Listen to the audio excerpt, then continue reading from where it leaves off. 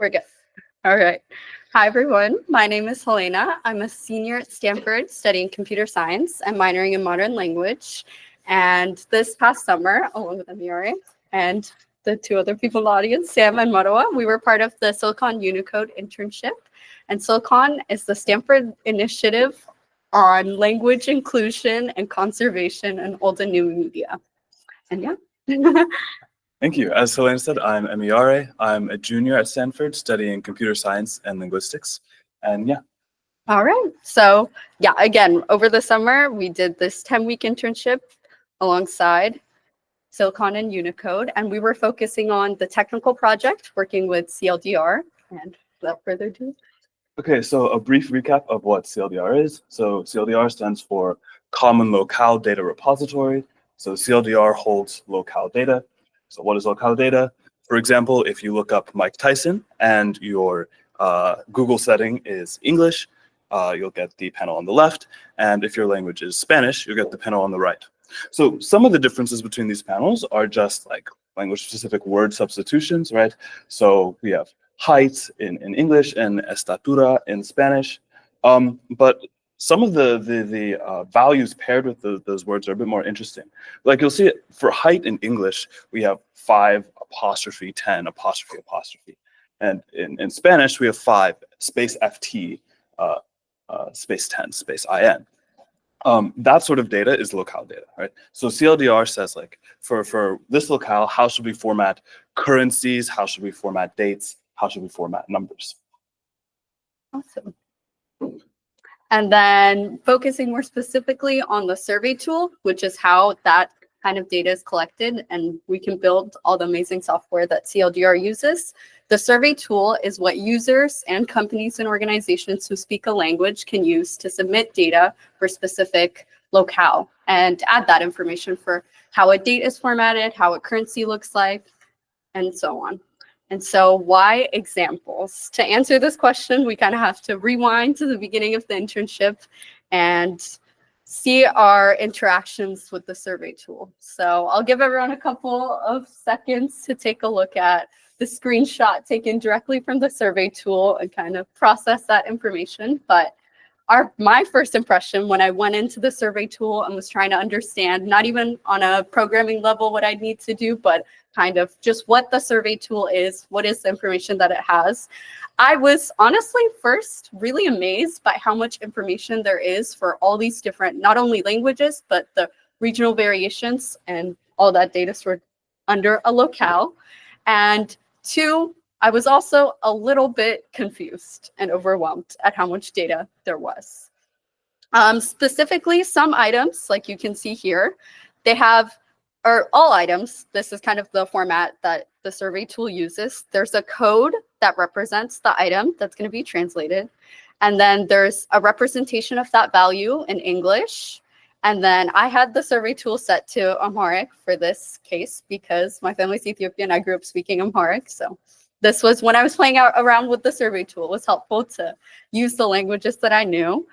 So the winning value, the output kind of, is the currently winning translation for the language. So for Amharic, this first thing up here is the currently winning translation for last year, which represents the more broadly how we refer to a relative year in the past, -1.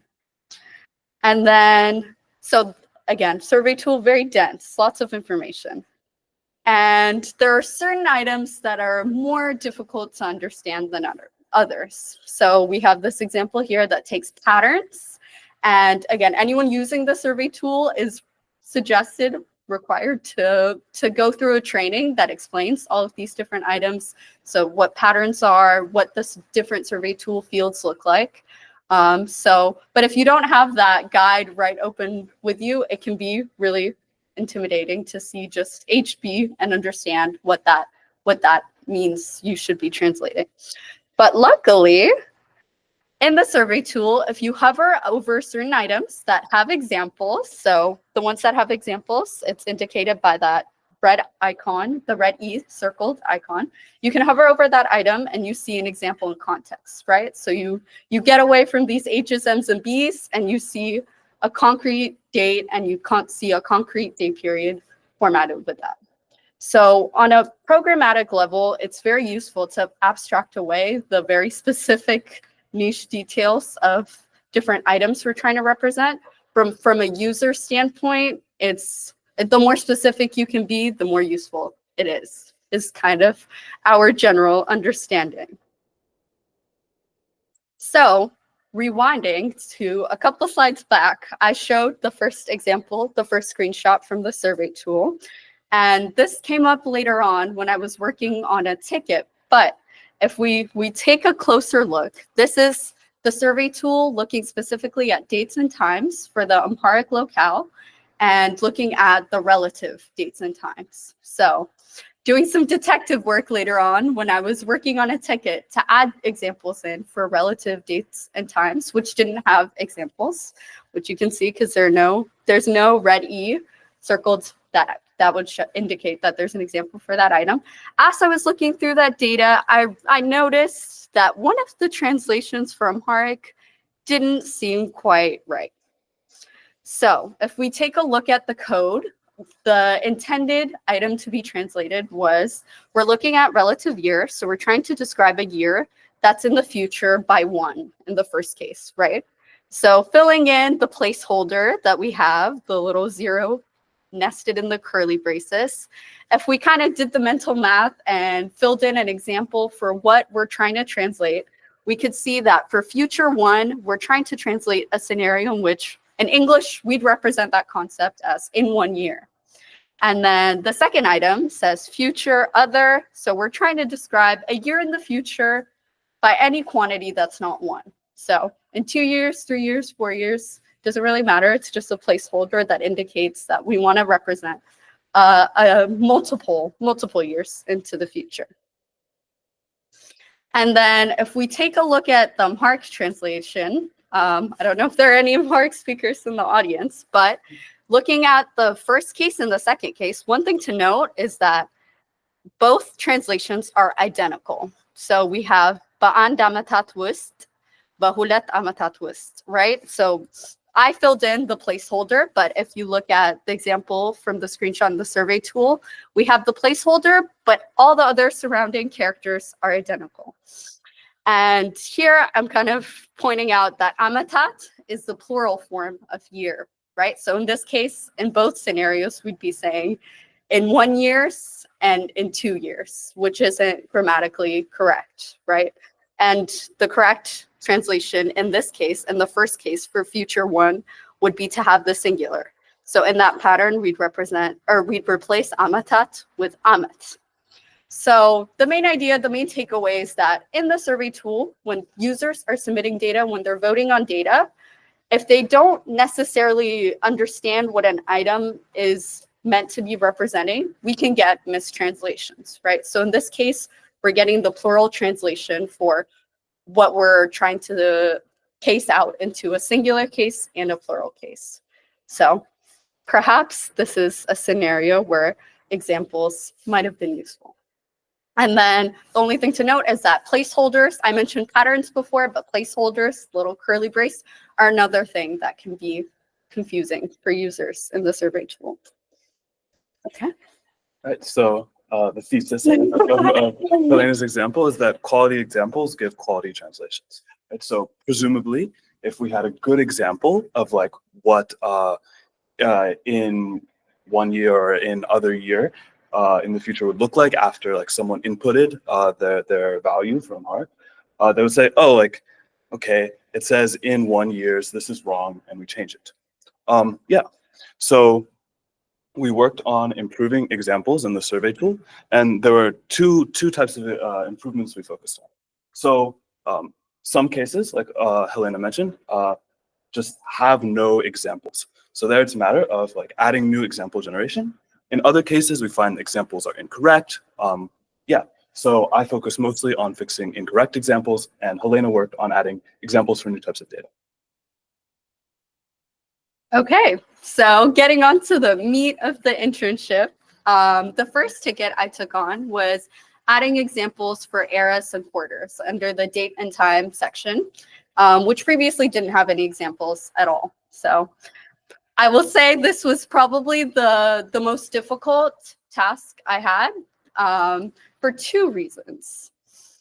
And the first reason, I'll show the before and after and explain what it was that I had to do, and then I'll get into why I found it to be challenging. But yeah, so the idea was that for quarters, you take whatever locale.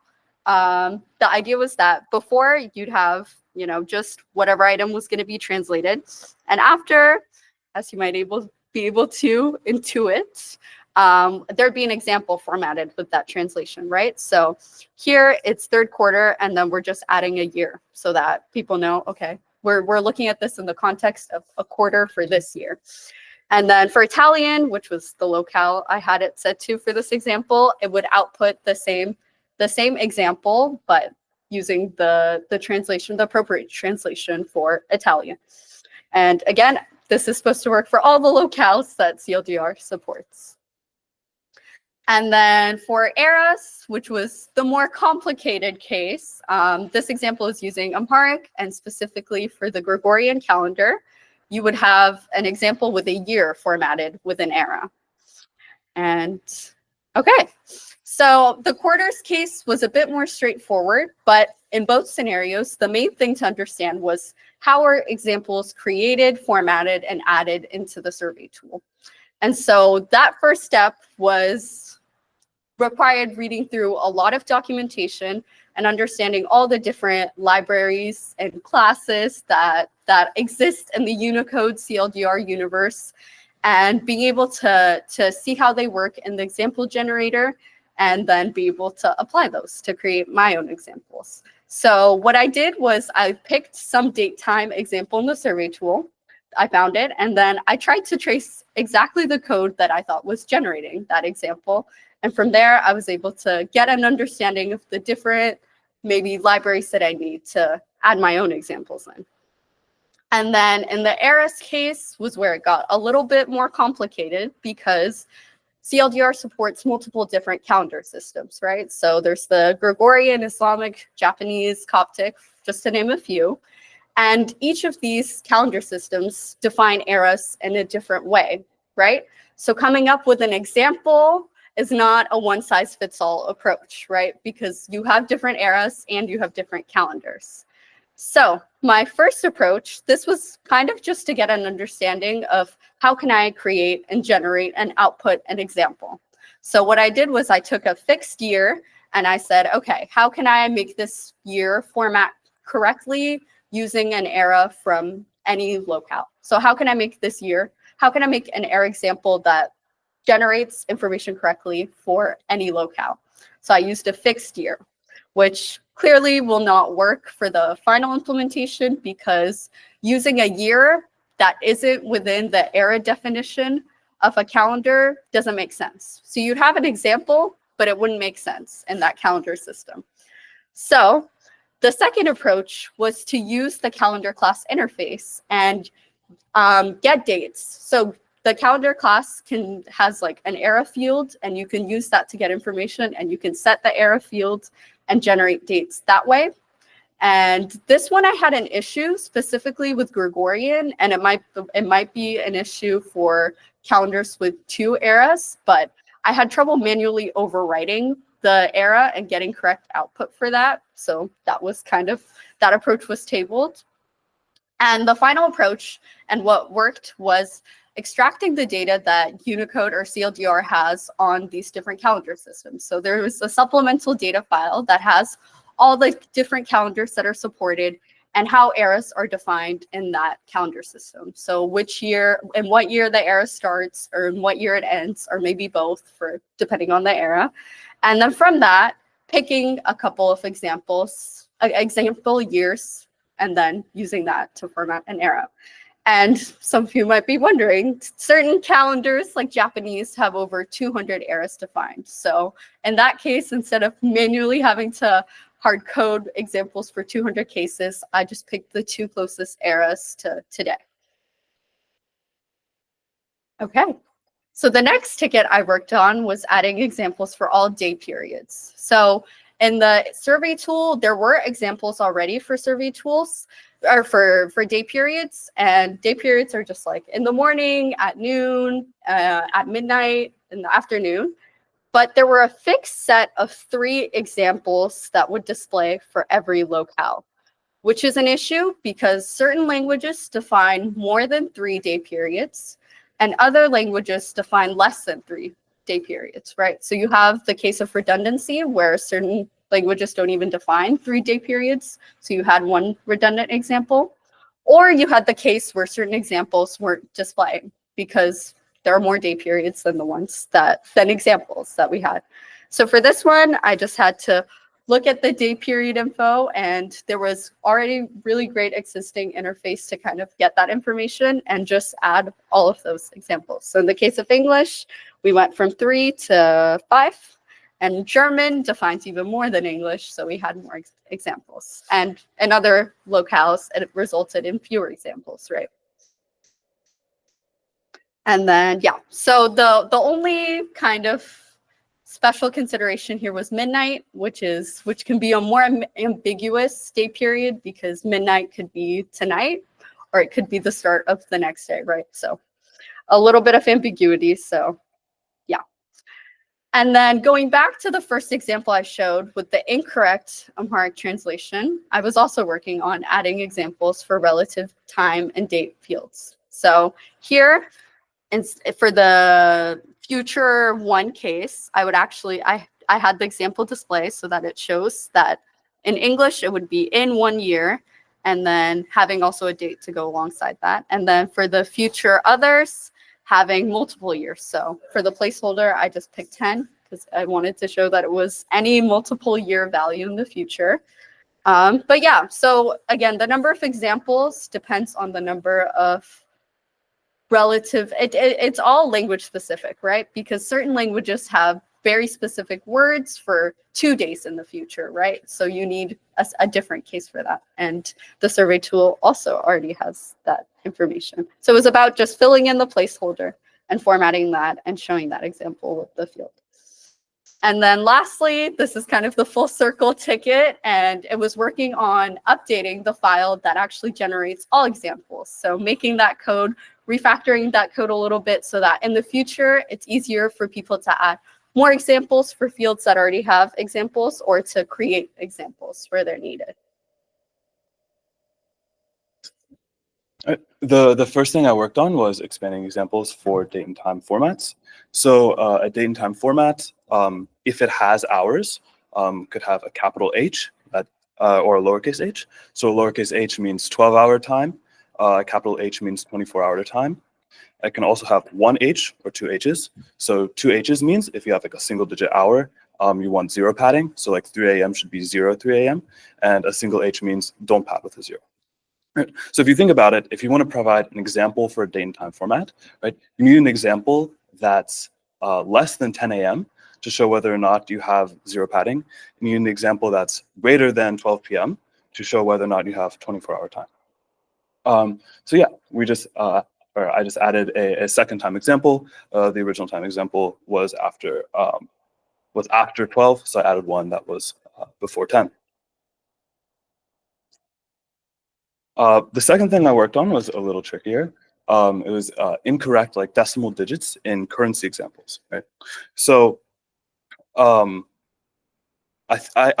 wish I remembered which currency was FBU. I think it was currency of Burundi. Anyway, so in this example, right, I guess currency formats in Burundi should not have like a .00 after a currency, at least if that currency is an integer, right? But the examples we're generating with 00s for all locales, all currencies. I think the error ended up being, it was lied in some decimal class that I didn't have access to, right? So they're passing information about the digits to this decimal class and then calling a format function, and it was still coming out with 00s.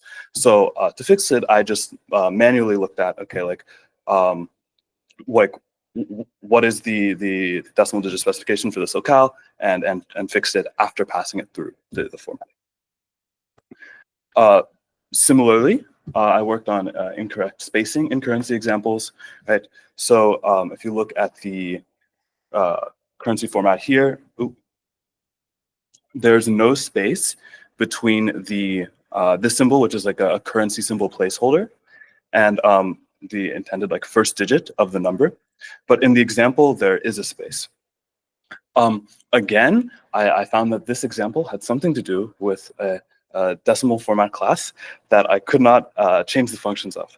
So what I did is, instead of passing in a locale-specific currency symbol, I passed in a dummy symbol that didn't generate the error, because it was specifically like alphabetic characters, or I think there's a type of character that were categorized as like symbols. So that included alphabetic characters, also like the slash, right? So I passed in a symbol that didn't have that property, didn't create the error, and then just did a string replace to fix it. Okay. Going back to the more high level, who are these examples for, right? So people using the survey tool aren't necessarily people who have technical experience. We want people who have language and linguistic experience to be able to contribute their data to the survey tool, especially for digitally under-resourced languages.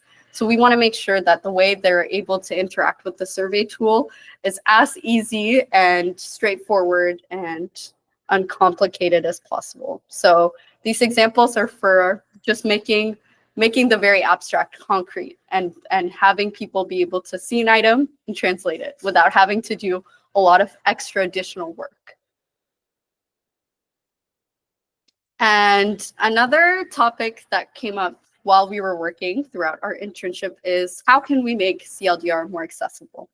We were kind of working on the back end of things when we were, creating these examples, but we also had interactions with the survey tool as users, new users, right? When we were looking at our code, seeing or looking at the output of our code and trying to see in the survey tool, okay, what are we doing? And what is this thing that needs to be translated? What is this thing that needs an example? So although we do come from a more technical background, I think we come from a lot less of a technical background than some of the people who have been working on these tools. So we're a little bit closer to who might be using the survey tool. And we were also going in with the mindset of like, what could be difficult for someone with no technical experience to understand or use in the survey tool. So using that mindset and using the experiences we had with the survey tool ourselves as users, we created an onboarding document for the CLDR survey tool specifically to help people. It was specifically aimed at people who had very limited to no technical experience, and helping them understand the different features of the survey tool, the layout of the survey tool, what all the different columns and fields mean. And if you're just brand new to the CLDR universe and you want to start contributing data to the survey tool, where should you start? And it was also in collaboration with the SUNOR team, having that be a specific focus, that making sure that digitally disadvantaged language communities have accessible resources to use the survey tool and to use other Unicode features to get their languages included. And so this document has a lot of graphics. It's meant to be kind of a step-by-step guide in how can you use the survey tool. In light of this conversation about examples, I'll talk a bit about something else I did through my internship over the summer. Okay, so my dad's side of my family speaks a minority language of Nigeria called Obolo. Obolo is written in the Latin alphabet, but it uses a couple special characters, special meaning not an English character. And yeah, people use all sorts of approximations for those characters on social media, usually ugly, usually confusing. So I worked on designing an Obolo keyboard layout. So I designed an LDML keyboard layout. So I'll talk first about what LDML is. LDML stands for Locale Data Markdown Language. One of many things that LDML does is specify like a keyboard file layout, right? So in an LDML keyboard file, you can specify like in one file a hardware keyboard layout. That means like stuff about like, okay, if I like hit this key on my physical keyboard, what character should come out? And also like a touch keyboard layout. So if I'm typing on my phone, what like symbols should I see? How should they be arranged? And of course, also, what should they output? Okay. So in one file, we can specify a hardware layout and a touch layout. And the idea is that right now, if you want to have a keyboard for some minority language supported on many platforms, I think a go-to is Keyman. Right? But if you want to get a Keyman keyboard working on a device, you have to go through the process of installing Keyman. Many people aren't aware of Keyman. The idea is sometime in the future, LDML should be supported like by default on all platforms. So if someone just boots up their computer and they're an Obolo speaker, they should have the option to select an Obolo keyboard. Yeah, this is just a little excerpt of an LDML keyboard file. So this is pretty straightforward. It's just saying like if I press caps, this is a hardware section. Just like what are the outputs for each of the keys on a hardware layout. Yeah, so I want to talk a bit about my experience with examples in the context of designing this keyboard layout. So interestingly, Keyman has added support for LDML hardware keyboards. So I did design the LDML keyboard inside Keyman. So if you like hit like create new XML keyboard file in Keyman, it loads up this like English or American English keyboard layout. And I was able to figure out how to implement the Obolo layout just by looking at that example and getting a sense of what the syntax was. There is documentation for LDML keyboard layouts, but the documentation is still in progress. In some places, it conflicted with the actual file that I saw, and that worked correctly. And so I had to use the documentation more as a supplement to the example than the example as a supplement to the documentation, which might run a little counterintuitive to how you think. Right? In contrast, when I was designing the touch keyboard layout, I had no example to work from. So the best I could do is read through the documentation, void of examples, and see what I could put together. Moreover, Keyman currently does not actually support LDML touch keyboard layout. So although I was able to type the file, I was not able to actually like run it and test it. So I still don't know if it works. Okay, so talking a little bit more about examples in the survey tool. Obviously, we didn't get to adding examples for every item that didn't have examples or fixing examples where unexpected behavior was happening. But I think more generally, the idea is that CLDR and other Unicode resources have somewhat of a barrier to being accessed, and that is like a lot of the technical information and language that's used. So I think moving forward, an important goal is to make sure that we're creating resources and we're creating tools specifically for people who don't necessarily have a technical background to be able to contribute data, to be able to access these tools, and to be able to help Unicode create tools, better tools that other companies and organizations can use in their software. And yeah, so a huge thank you to everyone on the Silicon team and on the CLDR technical committee. Thank you to Anne-Marie. Yeah, and thank you to Anne-Marie, who's in the room. Yeah, a lot of our technical knowledge and questions were answered by people on the technical committee. They were doing all of our reviews. They were giving us feedback on our PRs. They were helping us get unstuck when we got blocked. So a huge shout out to the CLDR technical committee and everyone who helped make the internship possible. All right. And if there are any questions. I have a lot of ones. You are before the. Let's see. Yeah, I think it's on. My big question was just all of this sounds great, but also there's part of me that wishes you were thinking bigger. If you were going to chuck the CLDR survey tool and design a new one from scratch, what would it look like? Have you thought about that at all? How would you like a 4-year internship? Wow, that's a great question.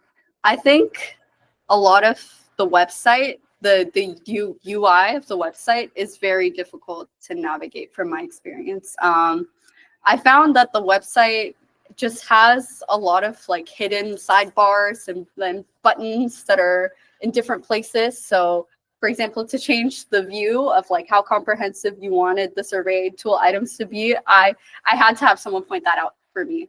So I think unfortunately it's a shame because I have essentially no experience in UI. So hopefully someone with more experience than me could talk about that. But I think that's the layout itself is a huge problem. I think also part of it is the way that the information needs to be organized so that you can build really useful software poses some limitations on how you have to present that information, right? Like in the example of the codes, like the codes not necessarily being very human readable, but they're necessary or they're really helpful when you're creating general code and when you're creating general software to be able to not have to specifically enumerate all the different possible translations of a specific item. So it's a great question that I'll have to think more about and have to think bigger. Yeah. Yeah, this is not a super big or ground up idea. But I guess one thing I was thinking about is if there's like an entry in the survey tool that I was confused about, and I saw like what the type was, like a date time format, I would go separately to the documentation and find the documentation for date time formats. I think it could be useful for accessibility to have that sort of thing like with the example or with the files in the survey tool. So someone who's going through the survey tool and clicks on the item could maybe see a brief description of what the format is supposed to signify. You find any use for AI?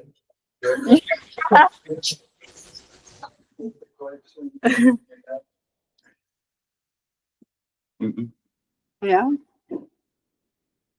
I think it depends. Like, I think it's also the same answer that came up in another context, right? Like, how much data is there for these under-resourced languages that an AI model could be useful for that? Just as an example of, sorry, Yeah. give me 1 second. Like machine translation is really bad for under-resourced languages. So for example, if you ask ChatGPT to say count to 5 in Obolo, it will make up 5 random gibberish words.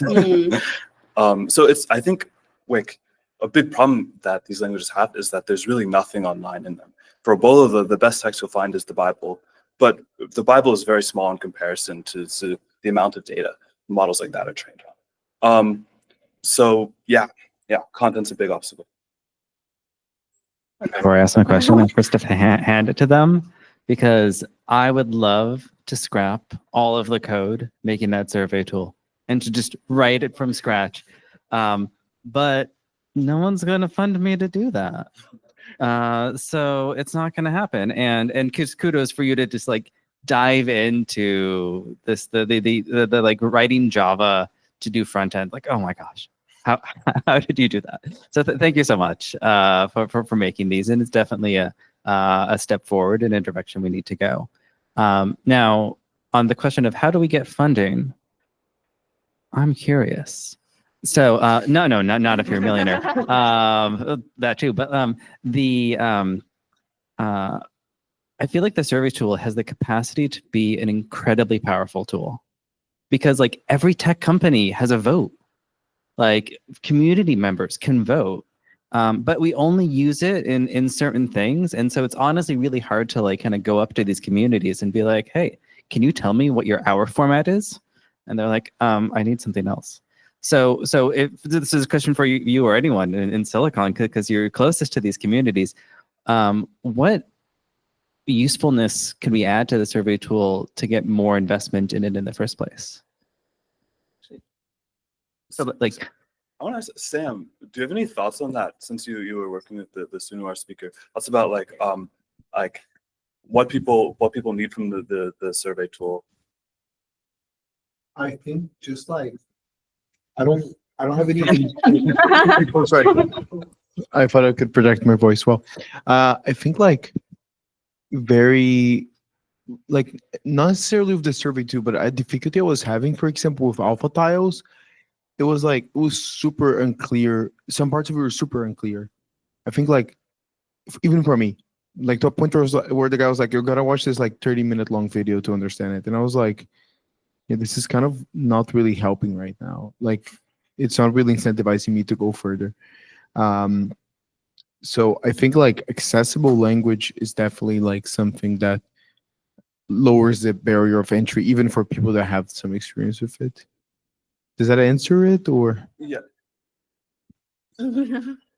Yeah, I think that's a great answer. And I think another potential pathway forward is just creating the structure in place to translate the information we get from language communities into the survey tool through, people who are both familiar with the survey tool and have some degree of expertise in understanding what the data is. And then however much that costs, if it might be cheaper and to develop a different survey tool, then I think there's your answer to funding. But does anybody else have any answers to that?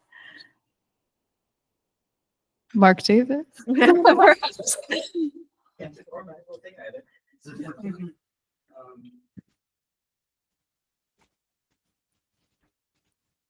Yeah, it's a little tricky because I admire somebody who can come in from the outside and perform the sort of forensic analysis of a tool that was built up over 20 years to try to figure out how to add stuff to it. And the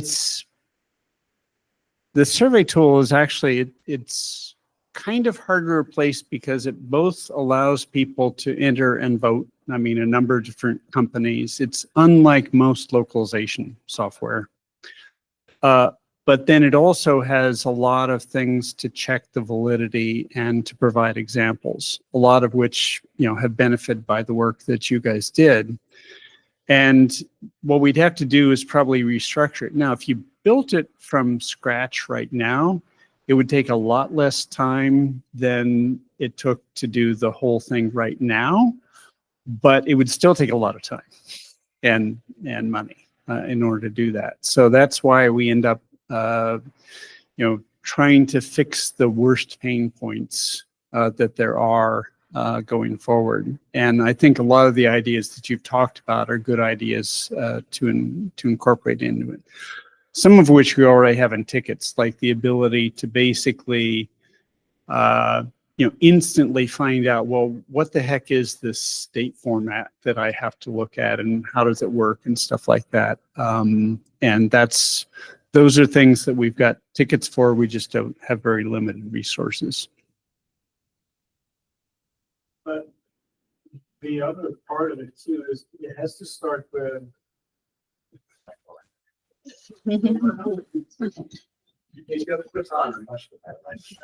Sure. The other part of it too is, well, you say that, okay, we don't like the survey tool the way it is, but then you have to start with an idea of what would it look like in its perfect form. And I'm kind of wondering if it's been in a similar shape for the last 20 years. The analogy I'm thinking of, when I grew up in the 70s, you could tell a car from a distance, just from its profile, you could tell which brand it was. Today, you can't do that because all the cars have slowly morphed into roughly the same aerodynamic shape. And I'm thinking that's a little bit what the survey tool is today as well. It has kind of morphed into this kind of table sheet because it makes it reasonably efficient for it better to go through. It actually is also a good lookup tool if you don't feel like reading XML. So sure, I'm all in favor of doing something bigger and better, but it has to start with an idea, not just that you want to trash what we have. You have to think of what we want and start from there. And if you can come up with a brilliant idea of this is the new survey tool, this is how it should be designed, and even do a mock-up, once you have that in place and start throwing that in front of people, then we can talk funding. All right, I think we're out of time, so let's give them a hand.